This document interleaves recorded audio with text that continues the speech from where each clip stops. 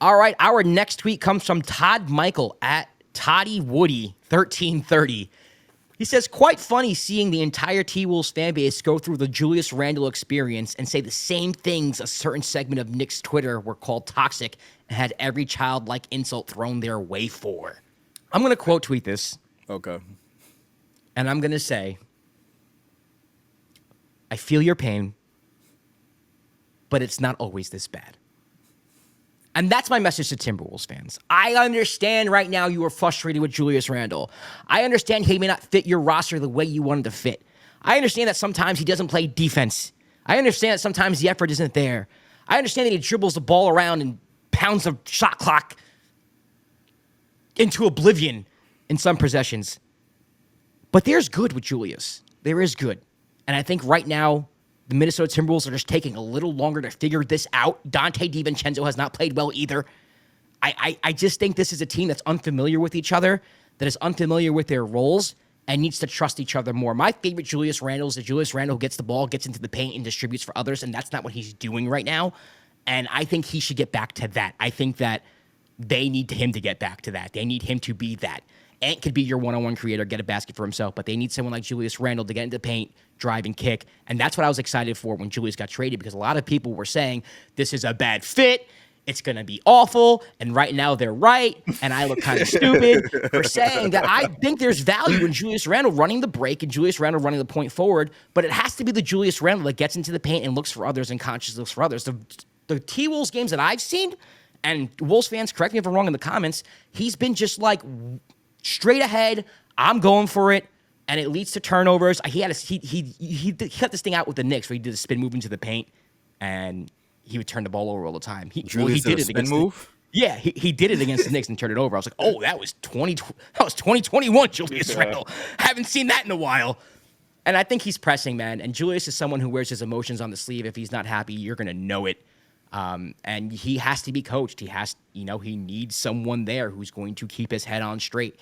And he's in an unfamiliar place, with high expectations. The T-Wolves were a team that many thought could win the championship this year if they kept the same roster. So, to me, if I'm responding to T-Wolves fans who are acting like Knicks fans who hated Julius Randle, I would say that there is positives to Julius Randle. He was a 2-time All-NBA player for a reason. I don't think it's a Julius Randle problem. I think it's a organizational problem. That's been my thinking ever since this trade was made. And we did a like a recap or a reaction when the trade actually first happened, and the word we kept using was confused, because we're like, what? Why would you make this trade? And more so, like, you see how well Cat has been playing for the Knicks in terms of double-doubles, being hitting shots. Like, I think he's up there in terms of rebounding. That aside, like, when you were talking about the Wolves before the trade happened in the offseason, everybody was thinking, hey, maybe they can take the next step and make the finals because of how good they looked in the playoffs. More so to the fact, like, they even have a Christmas game, like, this year. Like, that's how much on Christmas. Like I'm saying, like, that's how much, like, potential everybody saw on the team, because you're like, okay, well, they have all these pieces, they could look really good, and then you make the trading one of the biggest pieces, a player in Cat who was like wanted to win in Minnesota and was like dedicated to the Timberwolves, and you trade him very close to the start of the season for another player that doesn't necessarily fit your roster, because it's a clunky fit. And that was my thinking the whole time. And that's not on Julius, but it's tough to play in space when you have a center like Rudy Gobert that nobody trusts to pass the ball to. Right.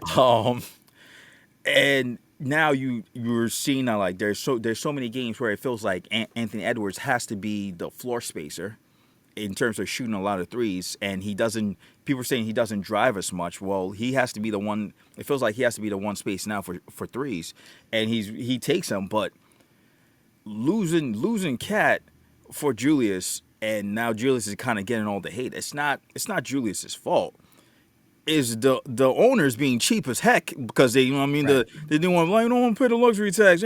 You had a chance to have a championship caliber team, and it's gonna be, people are gonna, if they don't, I don't know if they'll be able to turn the corner and start winning consistently. Just because, again, made the point in the other segment, like, the West is tough, but you look back at how good they looked last year, even especially when they played the Suns, when they played the Nuggets, two teams that they weren't favored to win against. Right. And now you look at them now and you're like, yo, what is this team?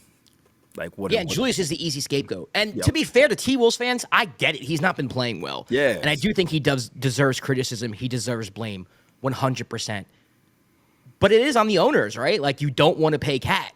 You know, you made this drastic move, like, right when the window opened up for a championship, which is weird because you never see that. Yeah. You never see that. You never see that. Yeah, I mean, maybe you could say the same thing for the Knicks, though, right? The Knicks made this move, too. But I think the Knicks move was a little more obvious for the reasons why they did it than the T-Wolves, right? Yeah. Like the T-Wolves, it was like, oh, you're really changing this. Where the Knicks, it was like, if you were to talk to any Knicks fan or any NBA fan, it was like, the Knicks are a move away. You know, the Knicks just need to tweak something. They need to add something. There's something missing. With the T-Wolves, it was like, nah, these motherfuckers can win right now. Run it back. Run it back. Just add a couple things, and you got this. And Julius is the easy scapegoat because, again, I like Julius. Just full transparency. I don't love him. I like him. I'm very appreciative of what he did for the Knicks and the franchise. The Knicks are not here where they are today without Julius Randle. Facts. Don't let a Knicks fan tell you they're not. They are. They're not. Julius Randle is the reason why the Knicks are where they are right now. He took a step forward, became an all-star, became all-NBA, and all of a sudden the timeline went from here to here. And they are where they're at right now because of Julius Randle. And Knicks fans, I don't care what you say about him. I understand his frustration with him, but you better be appreciative of what he's done for you. Like when he retires and comes back to the Garden, standing ovation all the time. When he gets back to the Garden, his first visit back, better be standing ovation. That man has done so much good for the Knicks organization. I'm gonna say that. But watching him on the court as a Timberwolves, I understand why T-Wolves fans are mad at him. Yeah. I get it. I absolutely get it. This team was not supposed to be a team he was supposed to be on. He's like power forward Russell Westbrook. And I mean that in a sense where it's like he has to have the perfect scenario around him or his flaws are just going to come out and he's going to ruin everything. And that's the case with Julius Randle. And he's not as good as Westbrook. One of the main issues is like you traded as a T-Wolves manager, you traded for Rudy. And the only reason Rudy worked on that roster is because you had Cat, who is one of the best shooters in the league. So that changes, that still allows you to space the floor, and there's open space for your perimeter players to still attack and still score. Having Julius, whose his main strength is attacking the rim, and you have Rudy just lodged down there, everybody's main reaction after the trade was like, this looks like a clunky fit, and many times it's been a clunky fit. That's me. So I don't think he's like power forward. That's why I'm like, I don't think he's like power forward Russell. That's like, to me, that's like a little bit of a stretch. That's like Ben Simmons. That's like Ben Simmons, who needs like everybody to be able to shoot in order for him to survive. Like that's with Russell, I meant Russell and he's kind of proving this theory wrong this year because I think he's having a really good year. Say it again. He's kind of proving my theory wrong because he's having a really good year this year. Who's having a really good year? Say it again. Russell Westbrook's having a really good year. Say it again. But for the longest time, he needed to have the ball. The usage needed to be highly in favor of Russ, and he needed to run the show completely. Now he's matured, he's changed, and I think he's been very, very good for the Nuggets this year. Yeah. And I mean it in that way. It wasn't the best analogy. It wasn't the best comparison, maybe, but I just meant it along those lines. Okay.